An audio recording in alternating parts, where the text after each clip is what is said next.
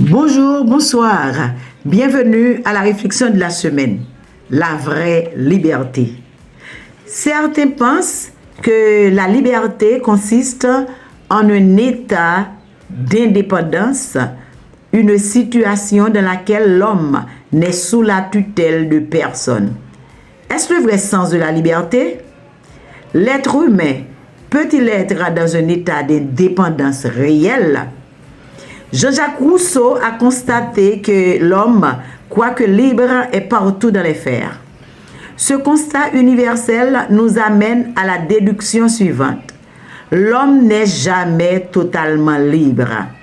Il peut être libéré d'une tutelle quelconque, mais il demeure un esclave des circonstances et des principes auxquels il est asservi.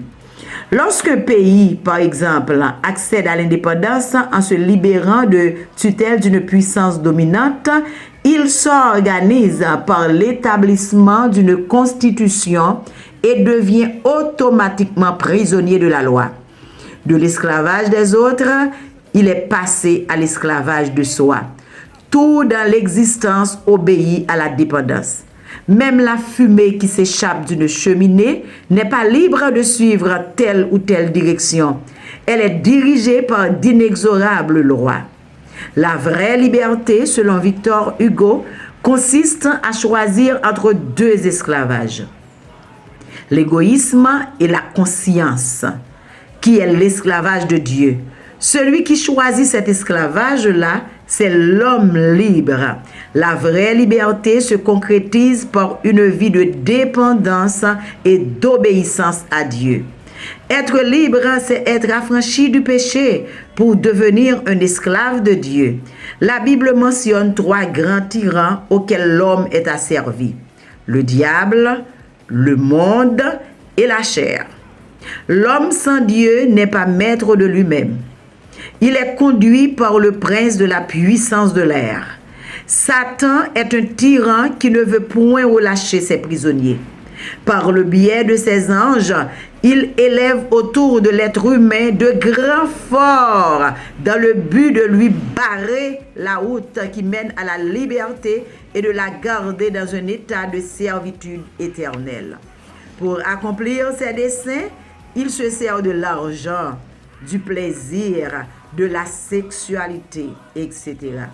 Comme de puissantes armes capables de contraindre l'homme d'accepter son sort.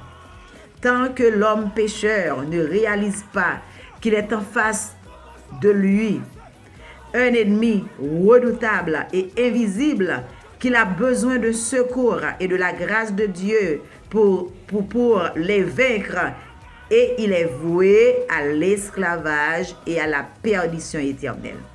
Jésus-Christ seul est capable de réduire Satan à l'impuissance et de libérer de son joug l'homme pécheur. Si Christ vous a franchi, vous serez réellement libre. Jean 8, verset 35. Le second ennemi et oppresseur de l'homme est incontestablement le monde.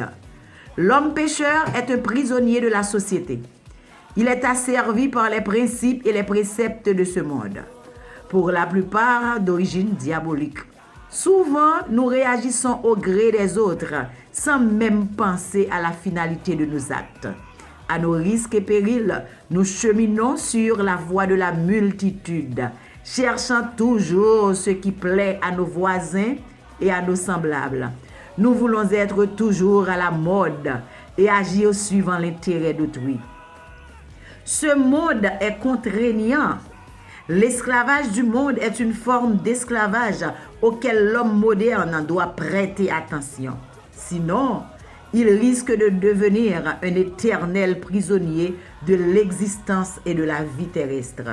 Ce monde, avec ses servitudes sociales, intellectuelles, morales et religieuses, ne porte guère à l'espoir. Pourtant, Jésus-Christ est le garant d'une vie victorieuse et affranchie dans un monde où l'homme est assoiffé de liberté.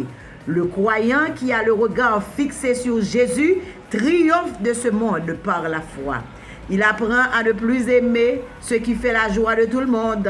Ce monde avec ses plaisirs, ses joies et ses offres, mais à se complaire en Jésus-Christ, la seule source de joie et de bonheur véritable.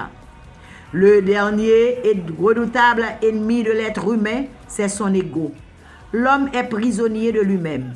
Il est asservi par ses émotions, ses passions et ses désirs. L'homme naturel fait toujours ce qu'il ne veut pas et jamais ce qu'il doit faire.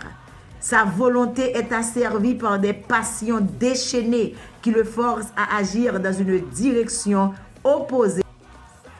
Jamais ce qu'il doit faire. Sa volonté est asservie par des passions déchaînées qui le forcent à agir dans une direction opposée à celle de sa conscience. Vouloir pour lui n'est pas toujours pouvoir. Souvent, après un tel acte, il éprouve un profond regret et même de profonds remords. Malgré tout, il se voit contraint de suivre la même voie et de s'efforcer davantage dans le bourbier du péché et de la honte.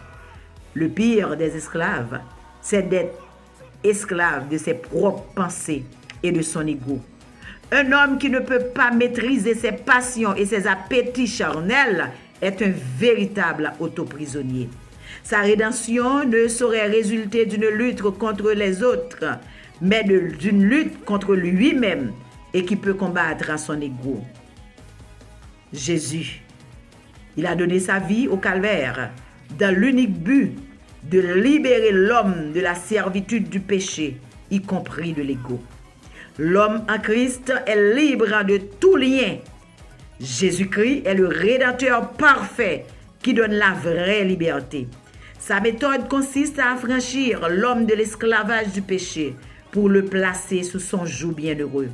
La joie et la liberté de l'esclave affranchi proviennent d'une vie consacrée entièrement à la cause et à l'obéissance de celui qui nous a rachetés par son sang et nous a délivrés de la puissance de Satan pour en faire des esclaves soumis. Merci.